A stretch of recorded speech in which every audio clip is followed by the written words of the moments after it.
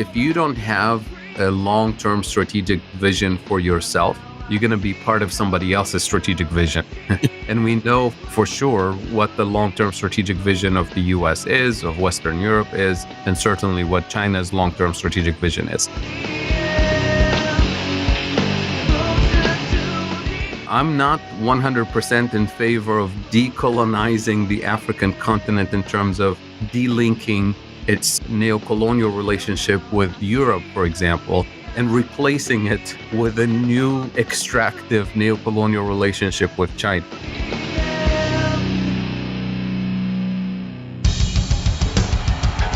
What I have said is that this campaign is not just about electing a president, it is about making a political revolution. MMT. Taking money from our children and borrowing from China. People are dying. Is the program so critical it's worth borrowing money from China to pay for it? And if not, I'll get rid of it. Stop lying!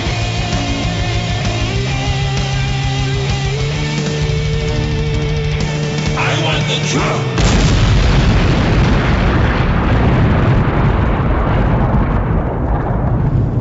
Now let's see if we can avoid the apocalypse altogether. Here's another episode of Macro and Cheese with your host, Steve Grumbine. All right, everybody. This is Steve with Macro and Cheese. Today, we're bringing back Fadhel Kaboub. Fadhel has been on the show many times, very good friend of the program, brilliant mind. I want to keep digging in on the theme that we've been focusing on with more of an international flavor. The results of this pseudo-Cold War, possibly hot war with China and Russia, and the balkanization of the world, turning it multipolar, has really created a whole new game at play. And Fadhel focuses his time in Tunisia, in Africa, with Ndongo, Sambasila, and others. And it just felt like it was important, the idea of focusing some of our energies on U.S. stuff feels a little hollow right now, given the hollowed out halls of democracy that we keep hanging on to as if there's someone there that's going to vote us a job guarantee or take care of ending student debt or take care of a Green New Deal. And it's nice to see China laying out the welcome mat for others in cooperative space to expand and to create an alternative to this neoliberal hellscape that the United States is determined to force on the world. And so with that, Fadhel, welcome. Thank you. Thanks for having me back on the show. It's a pleasure to be here. Absolutely. I guess I set the stage here, but it is particularly alarming. We've got Joe Biden saying that Pakistan is the most dangerous nation on the planet. After talking with Akhtar Afzal, he's begging for support. They've been ravaged by floods, and instead of us lending a hand, we're calling them the most dangerous nation on earth. China is now the biggest foe of ours, and we're into Cold War making while China's building roadways, connections, ports, commerce, cooperative arrangements, as opposed to predatory ones. What do you make of this shift? Yeah. The world map, geopolitically, economically, is being redrawn as we speak. And it's been happening and accelerating over the last few years for a number of reasons. So think post-2008, think post-COVID, and think especially post-Russia-Ukraine conflict and all the economic consequences that it's done. You notice major disruptions to the old vision of globalization, this lean and mean type of supply chains, just-in-time supply chains, and all of that, and shifting towards more repatriating strategic industries back home. The Europeans have even spelled it out for you. They're referring to it as technological sovereignty, high-tech sovereignty, not just food sovereignty and energy sovereignty. The US is doing the same with all the Intel investments here in Ohio, actually, where I live, bringing strategic industries back home with the Inflation Reduction Act and its focus on renewable energy production and especially electric vehicles manufacturing with specific incentives to build more of the content of those vehicles here in the United States to take advantage of those. So you have the emergence of three major hubs globally because of all of these shifts. And those hubs will be Western Europe, with the EU dominating that bloc, North America, with the US and Canada to some extent dominating this part of the world, and with an Asian bloc dominated by China with satellite partners all the way to Russia and Central Asia in that hub. And that leaves the rest of the world, meaning primarily the African continent, as the place or the region that all three of these blocks perceive as the place for cheap raw materials, the place for dumping the surplus output produced by the three major blocks, and as the place for low cost assembly line type of manufacturing. And the three blocks that we're referring to, North America, Western Europe, and Asia, they see themselves as increasingly focusing on consolidating their sovereignty in terms of food, energy, high tech manufacturing, strategic industries, and geopolitical, geostrategic sovereignty within the region, with the US dominating Latin America, China dominating the entire region, with the exception maybe of Japan and Australia, although there's a lot of back and forth pushing in that territory that will be unfolding over the next couple of decades. And with Western Europe dominating to some extent its traditional colonial territories in North Africa and the rest of Africa. So that's the world that is emerging. So the question for me and for the global South in general, and for Africa as a continent in particular, how do we position ourselves on this new map? And I think I said it before to you on the show, Steve, if you don't have a long-term strategic vision for yourself, you're going to be part of somebody else's strategic vision. And we know for sure what the long-term strategic vision of the US is, of Western Europe is, and certainly what China's long-term strategic vision is.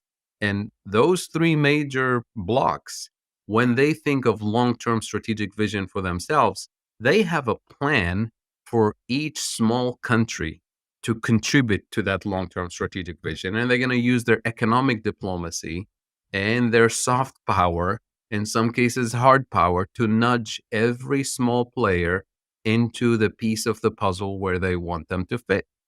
So knowing what those three blocks are and what they see for themselves in the next 50 to 100 years, that's the starting position for knowing how to wiggle yourself into a more favorable position. And it's going to be really hard to do it as an individual country, as a small country in the global South. You can only do it as a bloc. You can only do it with long-term strategic visions for yourself, so you can get the most out of these partnerships. And as the Prime Minister of Barbados, Mia Mottley, has said repeatedly, she refers to the strategy that all small developing countries should have, which is friends of all, satellites of none. In other words, you want to have your own vision for what is important to you as a country, as a region, as a bloc, and then you partner with anybody in the global north, whether it's China, whether it's England, Germany, the US, friends of all, satellites of none. You partner on equal terms. You partner as in partnership, not as in hierarchical relationship. So here, to go back to your question, Steve, in terms of the role of China in the global South on the African continent, in particular with its Belt and Road Initiative, I'm not 100% in favor of decolonizing the African continent in terms of delinking its neocolonial relationship with Europe, for example, and replacing it with a new extractive neocolonial relationship with China. Sure. And that's why it's important for the African continent to recognize, number one, that it's still colonized by a global north extractive economic relation. And number two, to escape that colonial relationship, you have to develop your own independent vision and then partner with China or partner with Germany or partner with the US or with Japan. It doesn't matter who the partner is going to be, but it matters the terms of that relationship. And to some extent, we're not seeing that coherent vision emerge yet. And that's been one of the most important things that I'm trying to convey to global South activists, academics, public intellectuals, and people who have influence in government policy on the African continent is formulating that coherent Pan-African vision for economic sovereignty, food sovereignty, energy sovereignty, technological sovereignty, and then leveraging that coherent vision on African terms to partner with anybody, including China.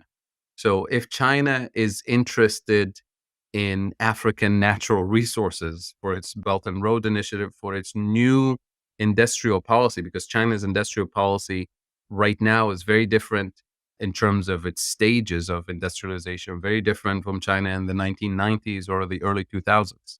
China is really kicking into higher gear right now in terms of industrialization. And as a result, the internal composition of its economy is changing. And that doesn't just shift the composition internally, it also influences how China expands its role in the global economy moving forward. So that's kind of where I start with thinking about this. And this whole shift of global strategic positioning of the US and Europe and China, you've heard it from President Biden repeatedly that he's not mincing his words. This is a pretty competitive, adversarial, borderline, as you indicated, new Cold War-ish type of moment. And it's pretty dangerous when you start escalating into that kind of language. And we're sort of lucky in a sense that the other side of this adversarial relationship, China, tends to be very patient and very calm when it comes to not falling into this trap of escalation. Because China historically and today in particular doesn't really worry about immediate short-term outcomes. They're really thinking long-term, whether it's economic, whether it's territorial, like in the issue of Taiwan. China's in no rush. They're thinking not today, not in a decade, not in 2 decades, 3 decades, 4 decades, sure. Yeah, so they're not going to worry about Biden, who's just a president passing by the White House. Uh-huh. They're thinking much, much longer term. You know, it's funny. I used to be a senior sales engineer at Verizon years ago, and we were always on these long duration sales cycles. These sales cycles take between 6 months to a year to achieve. And then the powers that be within the corporate structure shifted it from annual revenue to monthly revenue. And it fundamentally changed everything that we did. We no longer were thinking strategically how we could service the clients that would come to us. We were now thinking, how do we get enough circuits installed this month to meet our quota? Sure. And that seems to be the US approach to just about everything. And it's got to be baffling to people who are not accustomed to that kind of long-term patient strategy. Yeah. When they're used to just being reactionaries. Reactionaries are the ones that create wars that lead to really negative outcomes. Mm. And we're a declining superpower, a wounded beast, and that's a pretty terrifying thing. And you wonder to what extent the US will go to keep Africa in play for itself at what cost? The structural adjustments that the IMF has imposed. Yeah. US has no problem imposing the most austere conditions on external actors. They have no problem being a cavalier colonialist. How does Africa prevent itself from being gobbled up in another proxy war like Ukraine? How does Africa avoid that outcome? For me, it starts with knowing how we got here, knowing what happened during the colonial times, and knowing what happened in the post-colonial times, which you would think technically once the colonial authority leaves, you're independent, you're sovereign, things will get better. But clearly things didn't, because we didn't truly end economic colonialism. We just ended the physical presence of foreign troops, but the control of the economy. And as a result, if you don't have economic sovereignty, monetary sovereignty, you don't really have political sovereignty. And when you're in an external debt trap, then your lenders impose economic policies and strategies that tend to benefit them rather than benefit the country. So you've heard me say this before. I'll say it again very quickly. The key traps that the African continent struggles with is the external debt trap, which comes from three structural deficiencies. One is the lack of food sovereignty. Africa imports 85% of its food today, according to UNCTAD. Number two, lack of energy sovereignty. Just one example, Nigeria, the biggest producer of fossil fuels on the continent and the presumed savior of Europe today, with exports of natural gas piped all the way from Nigeria to Germany and beyond. Nigeria imports its own gasoline. It doesn't have any refining capacity for a single drop of gasoline. Wow. All of its gasoline is imported. And the third component, the third structural deficiency, so food sovereignty, energy sovereignty, and the third one is the value added content deficiency in terms of manufacturing. So we tend to import high value added content manufacturing, and we tend to export low value added content or simply raw materials. So think of Nigeria exporting crude oil and re-importing the refined version of it in forms of gasoline and kerosene and other petrochemicals. So these are the structural traps. And all the proposed solutions that countries have been told by the economics profession, by the IMF, by the mainstream political establishment, the economic quote unquote solutions are false solutions. They tend to reinforce those traps. So the so-called IMF structural adjustment programs, there's nothing structural about them other than deepening the structural deficiencies. So I'll give you an example. They say export your oriented growth will allow you to get more dollars and euros to pay your external debt. Well, if you're only exporting crude oil and importing the more expensive version of it, you're never getting out of that trap. If you're exporting low value added manufacturing with low cost labor and subsidized wages and subsidized industries for export oriented manufacturing, you're importing the capital, you're importing the intermediate components, and you're importing the fuel to produce electricity for that manufacturing. And you're only exporting low value added output. You're never getting out of that trap. Foreign direct investment.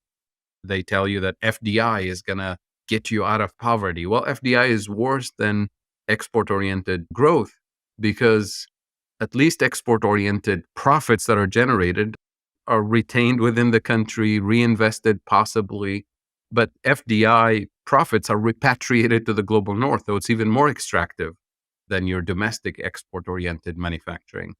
Tourism, again, is extractive because if you don't have food, if you don't have energy, the more tourism you have, the more food and energy you have to import, the more high-tech equipment you have to import for hotels and entertainment and transportation for tourism and all of that. So it's all of these things that are supposed to bring foreign currency reserves to get you out of the debt trap. They tend to actually push you further and deeper into debt. So these are the first things that the African continent, country by country, but also at the African Union level, on a Pan-African level, we need to recognize that the current quote unquote solutions are actually false solutions, deep in those traps. And then the next step, once we agree that this is not working for us, this is actually working for the global north in general. And if we continue with the same economic model, just shift in terms of delinking from Europe and linking into the Chinese economic development engine, it's still going to be extractive. So that's the danger of blindly decoupling with one part of the world and saying, well, China's better and more friendlier, we're going to link to their engine. It's still going to be extractive. But there's an opportunity in that delinking and saying, okay, now we can start with the fresh partner that comes from a global south perspective, and we have a better chance of negotiating partnerships that are more balanced, let's say. I'll give you an example in terms of what a Pan-African partnership with China would look like, at least the way I would like to see it. And if that partnership, by the way, looks too threatening, say for Germany or for the US, then offer us anything better. Offer a non-neocolonial relationship and we'll take it and let's compete. Isn't this all about competition? We would love to have Germany and the US and England and China and Japan and Russia compete truly for partnership with African countries on African terms, not on neocolonial terms. That's what we would like to see. Well, I'll give you a practical example that you could technically kill three birds with one stone: the lack of food sovereignty, lack of energy sovereignty, and the deficiencies in the type of industrialization that we have. If you look at the energy crisis on the African continent, I'm not talking about the current energy crisis in Europe and the rest of the world. The African continent has been living an energy crisis for decades that culminates today in the fact that 600 million Africans don't have any access to electricity, which means you don't have electricity, you don't have transportation, you don't have education, you don't have health, you don't have pumping water, you don't have sanitation, all kinds of other problems. It's such a critical pillar of economic life. So let's tackle that problem, and from it, we'll tackle a whole bunch of other things. How do you do that? The entire African continent as a block has all the natural resources and human capabilities needed for a renewable energy revolution, for producing the solar panels and the wind turbines and the geothermal energy. All the raw materials are literally there. The human capabilities are there. What's lacking is access to the actual manufacturing technology. So this is where you would want to partner with, say, companies in China, companies in Germany, in Japan, and other countries to manufacture renewable energy capabilities on African soil. So you build a Pan-African industrial policy that captures value added, uses the raw materials, and then deploys the output to produce renewable energy for the African continent. So would that trigger a different kind of industrial policy with technological partnership from the global north, from China, from whoever? Now you have the first pillar of a transformative economic policy for the African continent. So now you're industrializing, you're building economies of scale, so you're lowering cost per unit, and you're deploying the production of clean electricity on the African continent. Now that your industrialization has kicked in and manufacturing capabilities have kicked in, you move straight into the next strategic choice that you have, which is food sovereignty. As part of your industrialization policy, you start manufacturing not for exports, not to assemble widgets for the global north. You start producing the agricultural equipment that you actually need for your food sovereignty strategy on the African continent. You start manufacturing the water pumps, you start manufacturing the irrigation system, you start manufacturing whatever is needed to build the second pillar in your Pan-African strategy. And with that coherent vision, all of a sudden you have a strategy for industrialization that is sovereign and that uses and leverages your resources and capabilities in complementary ways. Number two, that same strategy allows you to tackle the energy deficiency that you have. And number three, you leapfrog into using your industrial base to tackle the lack of food sovereignty. And now you're off to the races, because with every dollar you spend, you invest in these areas is the equivalent of many, many multiples of it in terms of external debt and dependency. And as a result, geopolitical external influence on how you manage your resources and how you deploy your economic capabilities. So easier said than done, but we have to start with the vision, with the strategy, and then pull the momentum of civil society, of pro-democracy forces, of the climate activists to convince African leaders first, before we convince the rest of the world, that we need to negotiate these Pan-African strategies. Let's call them Global South strategies, Mm. because it doesn't stop on the African continent. These partnerships would include Pacific Island nations, will include Latin American countries, any partner, whether it's a global South and global North country, as long as it's on these terms, to build this level of resilience in the global South and to allow us at the same time to tackle the climate crisis, because we're not going to tackle the climate crisis by exporting more fossil fuels to save Europe from its current energy crisis. Yeah. So while we're trying to bring Africa into a more modern production environment where they are able to produce value added services without being predated upon by the global North and building a Pan African Union, how do we keep an eye on degrowth and Mm, climate reparations and making right wrongs sure. while not advancing the very things in a burgeoning African market that creates the conditions that got us in this place we're in now?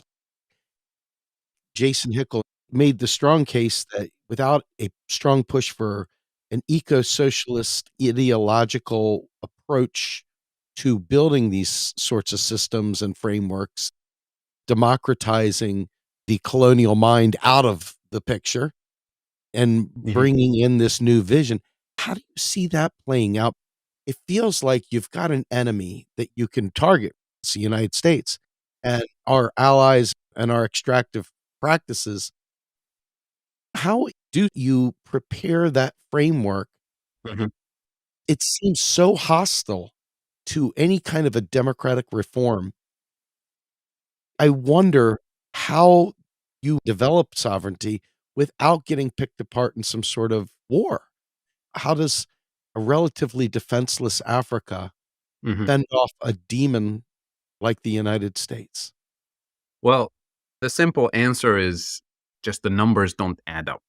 And what I mean by that is when we think of decarbonizing the global economy and eventually shifting everything to electric vehicles and solar and wind and geothermal and green hydrogen electricity and all of that, which sounds great, we simply don't have enough of the raw materials to actually decarbonize the entire global economy at the level of energy consumption that the global north is consuming right now, and to bring electricity and so many other energy intensive activities to the global south, to the 600 million people in Africa who don't have electricity.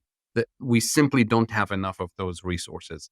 And those resources are primarily on the African continent.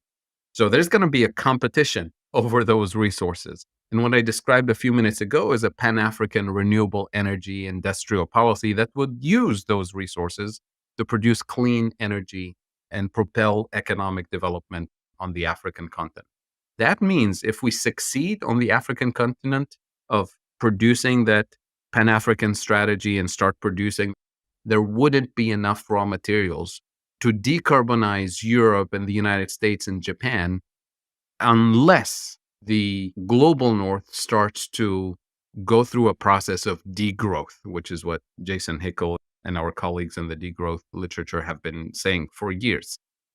In other words, degrowth means you actually start reducing your energy consumption. You start tackling consumerism. In other words, you start rethinking this obsession with consumption, obsession with economic growth, and that becomes a fundamental attack on the core of capitalism. Yeah. So we must rethink the entire economic system and the political system that goes with it that says, oh, we need the resources. We're going to apply pressure on the African continent or on country XYZ. We're going to start a conflict to make sure that we continue to extract those resources for our economic development, for our job creation, and so on. So that has to be tackled. And that's why we can't just assume that the decarbonization efforts of the global north, especially of the European Union, are benign.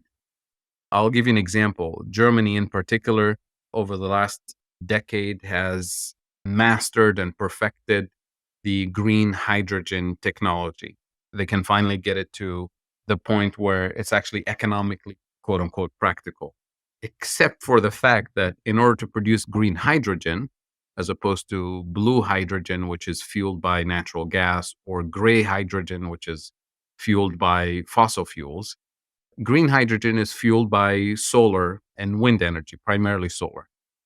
So, how do you produce enough solar energy to produce the green hydrogen in Germany? You don't get a lot of sunlight. So, you need to move somewhere where you actually have much, much more access to sunlight. And that will be the African continent, North Africa, South Africa, Namibia. So, that's where you see a lot of the German green hydrogen investment plans happening there.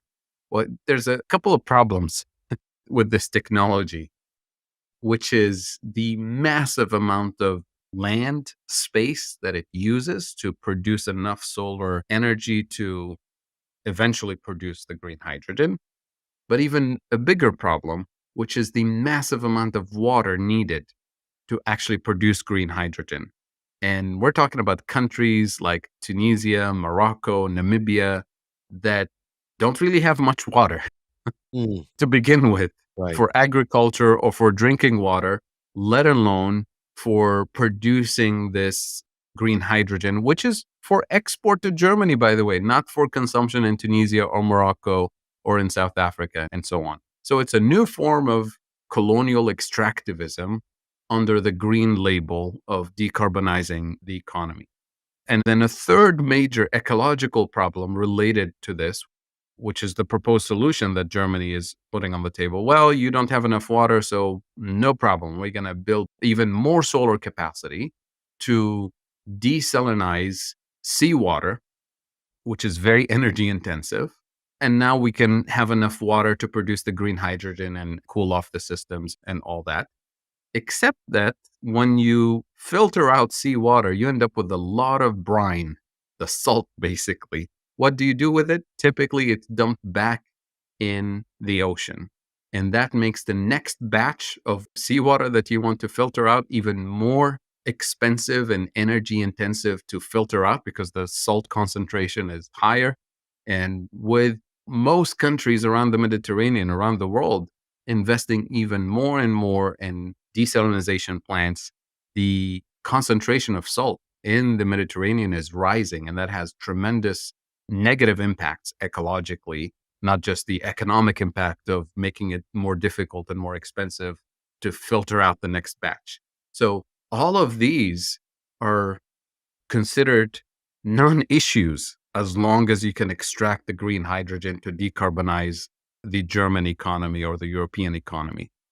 I'll give you a second example just to see how bad our decarbonization plans are in the global north, which is, let's say we switch to electric vehicles in the next 10 years. In Europe, the United States, everywhere else, we're excited to build these industries, bring this technological sovereignty back to Europe, back to the US, all the tax incentives with the Biden Inflation Reduction Act to incentivize electric vehicle production and consumption in the US. All the combustion engine vehicles that we're going to take off the roads, do we have a plan for what we're going to do with them? I tell you what the plan is. The plan is to dump and export those to the global south. So, from a global perspective, whether this truck is burning fossil fuels here in the US or in Canada or in Germany or in Lagos or in Delhi, it doesn't really matter from a global perspective where the emissions are coming from, which means we can't just decarbonize the global north and assume that we're making progress because we're not. So we have to have a serious conversation about decarbonizing transportation globally, meaning we need to build not just more Teslas for everybody on the planet, because that's not sustainable. We don't have the natural resources to produce Teslas and electric vehicles for everyone on the planet. But what we need to do is investment in clean public transportation, both in the global north and in the global south, because most people want to get from point A to point B in a convenient way, in an affordable way, in a safe way and an efficient way. And the Tesla view of the world is that everybody should get a Tesla and drive on their own. And that is not a vision for humanity. Yeah. We need public transportation investments here in large cities, but especially public transportation investments in the global south. And that's where technological transfers, that's where reparations, which for me is not just financial compensation, it's not just debt cancellation, but it's also transfer of in-kind transfers, technological transfers to build the capabilities around the world. And that's where I go back to a Pan-African industrial policy on equal terms, on African terms, that has to include that transportation strategy. Otherwise, the fossil fuel burning assets that we have here in the US, we're dumping them in the global south and celebrating that we've reduced emissions in the US or in Germany, when in fact we haven't reduced global emissions.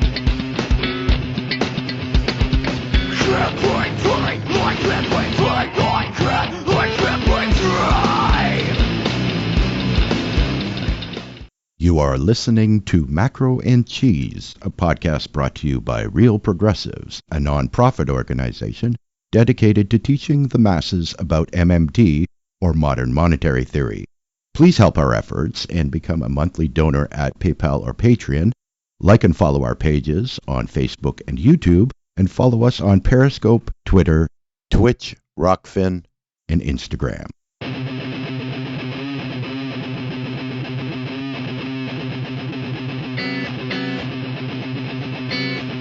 My tolerance, trying my patience, and never want to see me. It's another one waiting. I'm tired of the lies you tell me. Lies you tell me. It's just my tolerance, trying my patience, and never want to see me. It's just another one waiting. I'm tired of the lies you tell me. Lies you tell me. So it sounds to me like one of the things that could be done, which won't be, by the way, the US government could, in fact, rather than subsidize fossil fuels, could subsidize the depreciation and sacking of the fossil fuel burning vehicles. Intellectual property is a big deal. And in order for Africa to be even remotely sovereign, they need to be able to bypass some of the Bill Gates style patent games that rob them of access to vaccines and to so many things because of intellectual property rights and the way that we police those rights and the lack of a sharing economy in general. Help me understand how Africa could, in fact, overcome those IP and patent rules and laws that prevent them from being able to take that leap forward. You would think it would be in everyone's best interest. Clearly, somebody's got a different motive. How do you deal with that? So the biggest obstacle, as you correctly point out, is these TRIPS agreement. TRIPS is the trade-related intellectual property right agreements that came out of the WTO a couple of decades ago that are the major obstacle to transfer of technology. But there are exceptions. And this is where we need a small army of progressive lawyers in the international system and here in the US and beyond within the WTO, if we're going to stay within the WTO system, to challenge the viciousness of this. In international law, there's a few principles that can be used to legally get you out of a contract, to get you out of an agreement, international agreement, or even in domestic law. And these are, for example, the principle of impossibility or the principle of necessity. And these are legal principles that are used in international law. In other words, when you have a human rights issue, a life and death issue that can only be prevented by violating private property or violating a legal contract, international law tells you you can use the principle of necessity to do that. And here, the life and death issue that we're dealing with is people starving to death because of the lack of food sovereignty. Burning the planet with fossil fuels. It's a question of life and death for current and future generations. So it's a question of life and death. So we have to develop a coherent legal argument to get countries out of these TRIPS agreements and allow for the transfer of technology in the global south to get us out of these traps. The classic example that lawyers use here in the US, not even internationally, is when you're walking by and you see a burning house, you see a fire that just started inside, and you see a child trapped inside. You can see them through the window. It's a private property. You're not allowed to break into somebody's house unless you're going to save somebody's life. So you're actually allowed to break the window and go save that child. If you see a baby in a car seat and the car is locked and the parents forgot them in the car, you're legally allowed. The principle of necessity says break that window and save that child. And we accept that in courts. The principle of impossibility, which is different but fits this context as well. Principle of impossibility means if I signed a contract with you, Steve, and that says you have a band, you're on tour, and I have this venue, this fantastic venue that's going to host your concert with 5,000 fans cheering for you. We signed the contract 3 months ago. Everything is planned. The tickets are sold. Everything is ready. And you're on your bus driving with your band, and the concert is tomorrow evening. And for whatever reason, there's been a fire this morning and the building is gone. Literally, the entire structure is gone. So you show up and you say, where's my venue? We signed a contract. I paid a deposit. I have 5,000 fans who bought tickets. You sue me. You say, you've just ruined my concert. Well, I go to court to say, well, it's impossible for me to deliver a venue today. It's been burned. The principle of impossibility means you can get out of a legal contract. It's not your responsibility. You deal with it in other ways.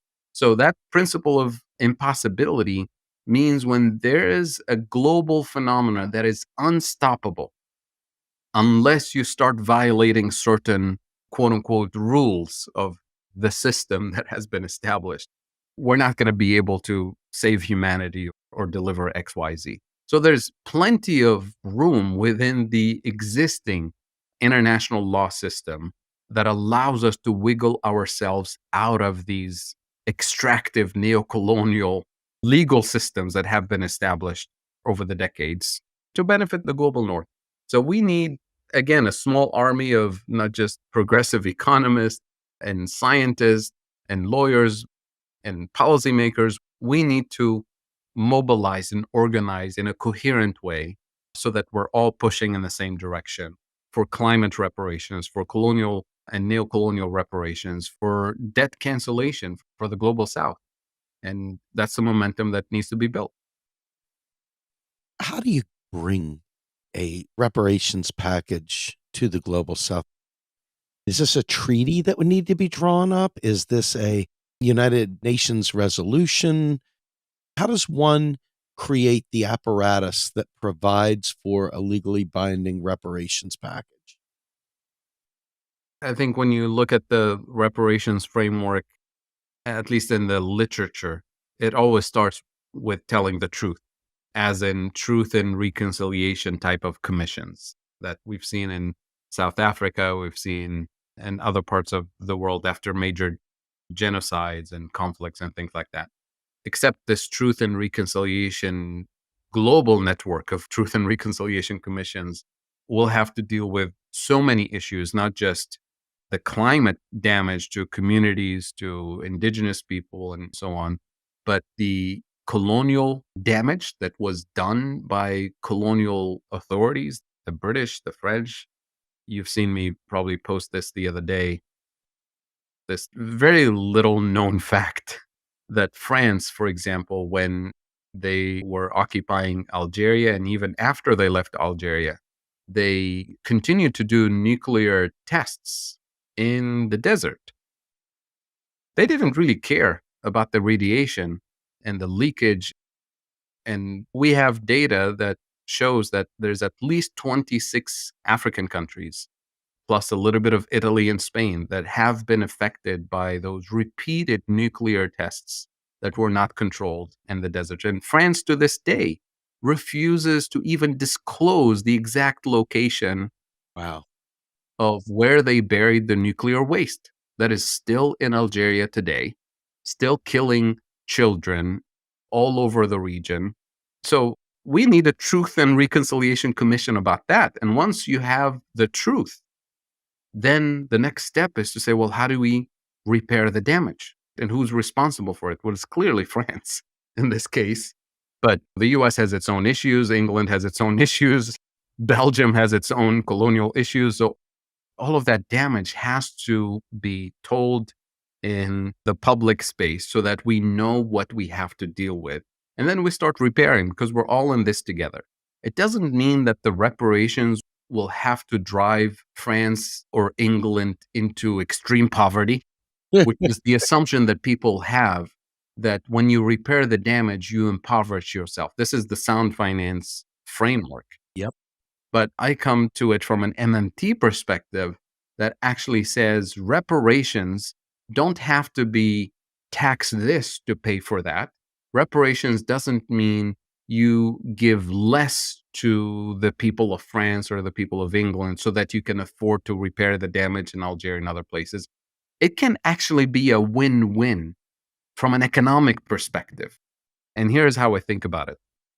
You know how I think about the spectrum of monetary sovereignty, with Yes. some countries with a high degree of monetary sovereignty and countries with a low degree of monetary sovereignty. What determines your position on that spectrum of monetary sovereignty is the level of external debt. The more external debt you have, the weaker your monetary sovereignty, and how desperate your central bank is to fix the exchange rate to gold or silver or the dollar or to the euro, whatever. So most of my work is to think about how can we get a country from the weaker end of the spectrum of monetary sovereignty to gradually move to a higher degree of monetary sovereignty. And the reason for that is because with the higher degree of monetary sovereignty, you have a larger fiscal policy space to invest in your national priorities. So the good news is that countries that happen to be responsible for climate damage, happen to be responsible for colonial and neocolonial extraction, they already have a high degree of monetary sovereignty. Well, except in Europe, they need to figure out the euro constraints, but that's fixable. We can have another conversation about that. But essentially, you already have the research and development capabilities, the high degree of fiscal policy space. And now we need to think about how far you can go with deficit spending. What's that fiscal policy space ultimate constraint? It's the risk of inflation. Well, now we're talking. So the risk of inflation from an MMT perspective comes from two things. One is the lack of productive capacity, and two is the abusive market power of corporations that you have domestically or internationally. So let's tackle the risk of inflation, say, for a country like England. So the risk of inflation, meaning your fiscal policy space, how much England can spend, say, on reparations to India or reparations to African colonies, meaning do we have enough productive capacity in England to deliver in-kind transfers and to generate the economic activity and wealth for the reparations? And if we don't, the good news is that productive capacity is producible, and you create more jobs and you partner with former colonies to help them build their own productive capacity, which gives them more economic sovereignty and more monetary sovereignty.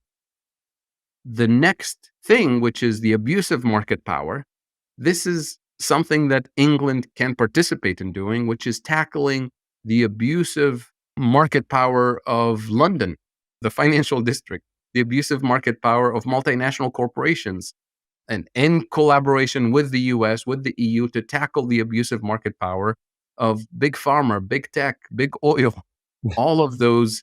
And if we, as a globe, have a coherent vision for how England, how France, how the US can expand their fiscal policy space with these policies, then we're halfway through reparations, because now we talk about how do we expand the fiscal policy space for the global South when it's very limited, very constrained by the risk of inflation. You realize, well, the reason why their fiscal space is so limited is because, number one, their productive capacity has been stolen and continues to be extracted by the global North. Number two, the external debt constraint is another reason why their fiscal policy space is constrained, and the abusive market power of global multinational corporations with the TRIPS agreements, with all of those constraints, make it impossible for countries in the global south to expand their fiscal policy space with all of those external constraints.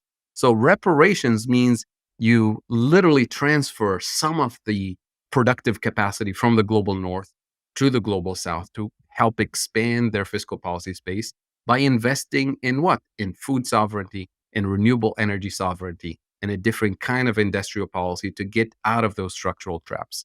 And all of a sudden, you have expansion of productive capacity in strategic areas, food, energy, high tech, and all the basic necessities, both in the global south and the global north.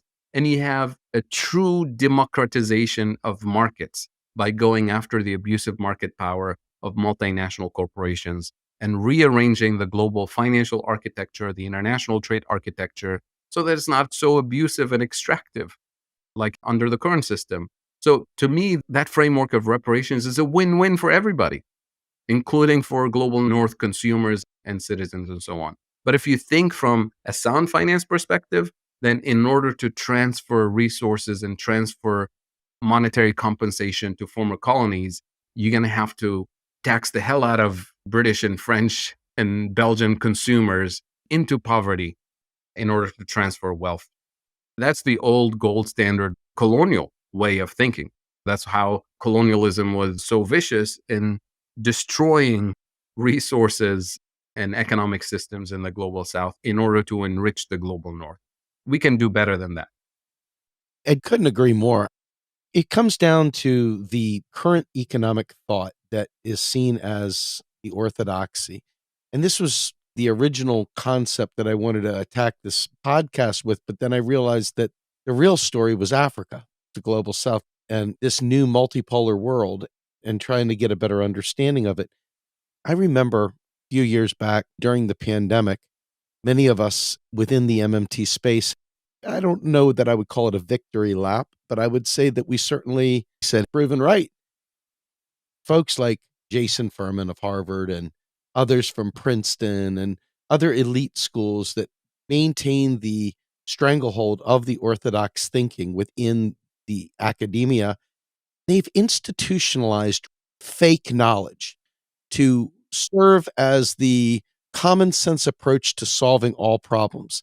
And you can see that clearly with their response to anti competitive, monopoly, abusive market powers, and instead penalizing the poor with interest rate hikes, austerity in terms of reducing deficits, and also, as Clara Mattei talks about, industrial austerity, which is the layoff that they're seeking through these interest rate hikes with the Fed. These are things that are beyond the debate. They have institutionalized these concepts so much that they've depoliticized them and put them in a position where how could you possibly disagree with this? How do we deal with this academy that has institutionalized so many lies and they continue to be in power? How do we overcome that? Yeah, very good question.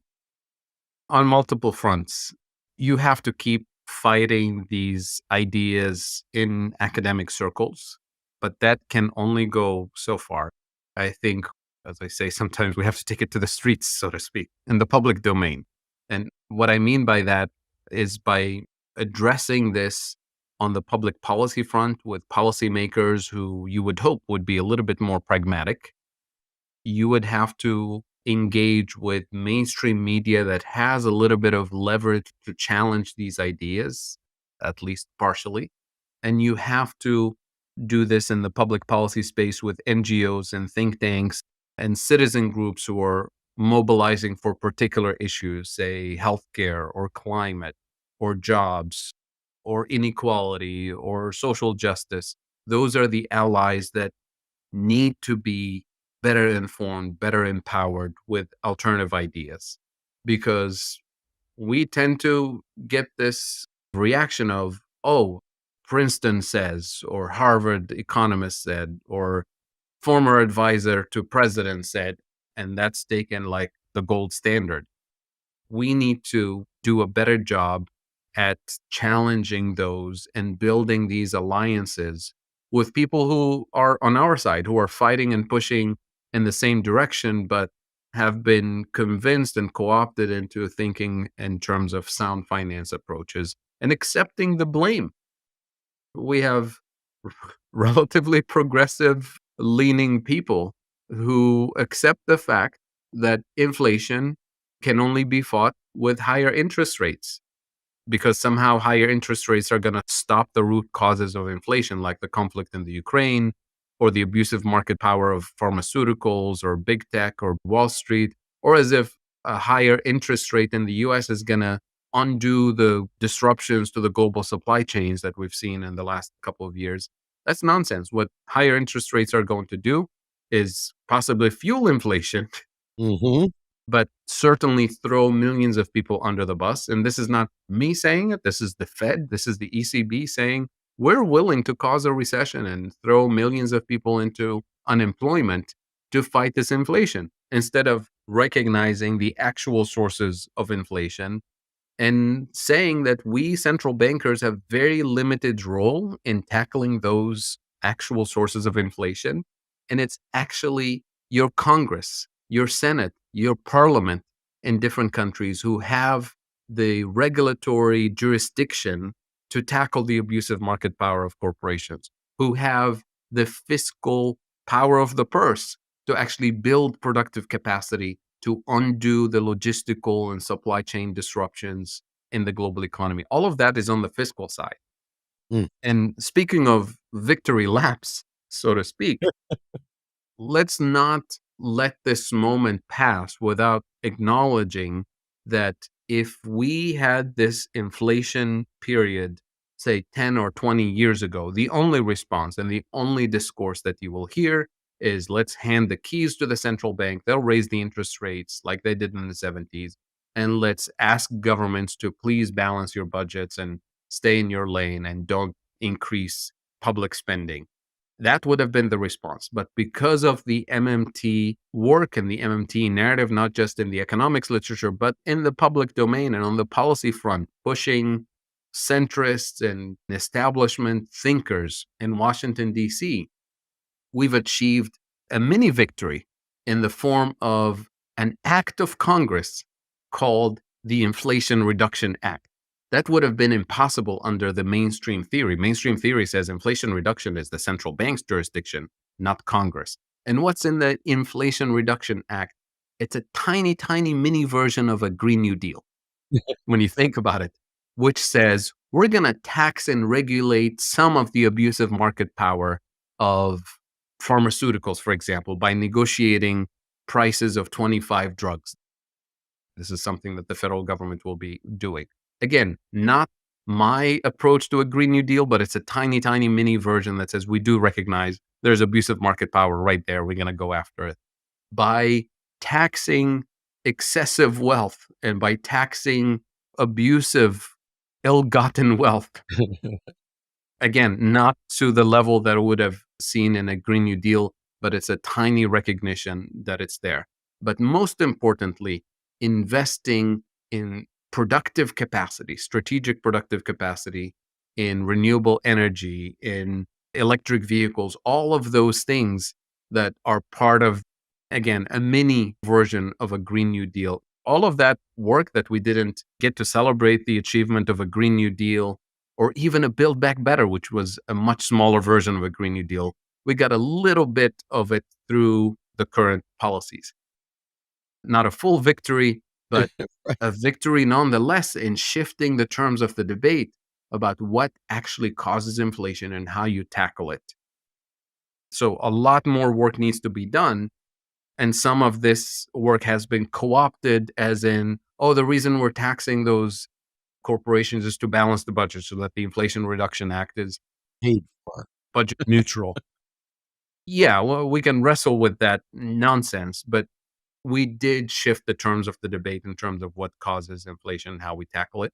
But at the same time, we still have the mainstream dominating and the Fed forging ahead with massive interest rate increases, at least to 5 and 6% apparently, and saying it publicly. We're willing to cause a recession if that's what it takes.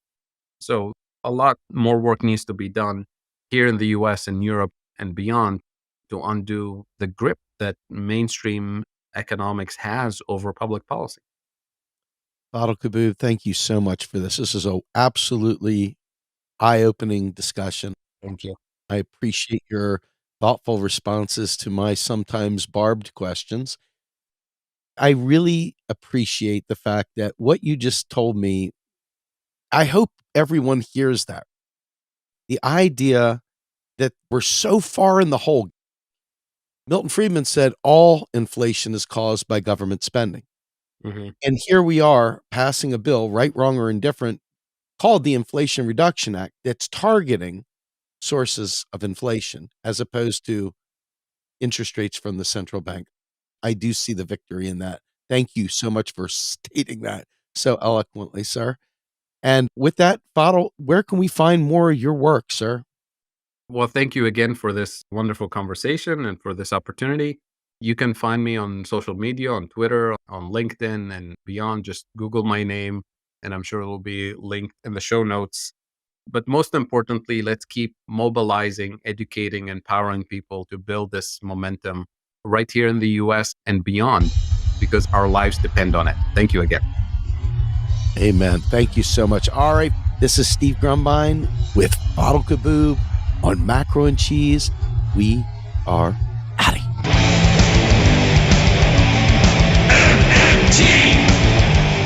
Macro and Cheese is produced by Andy Kennedy.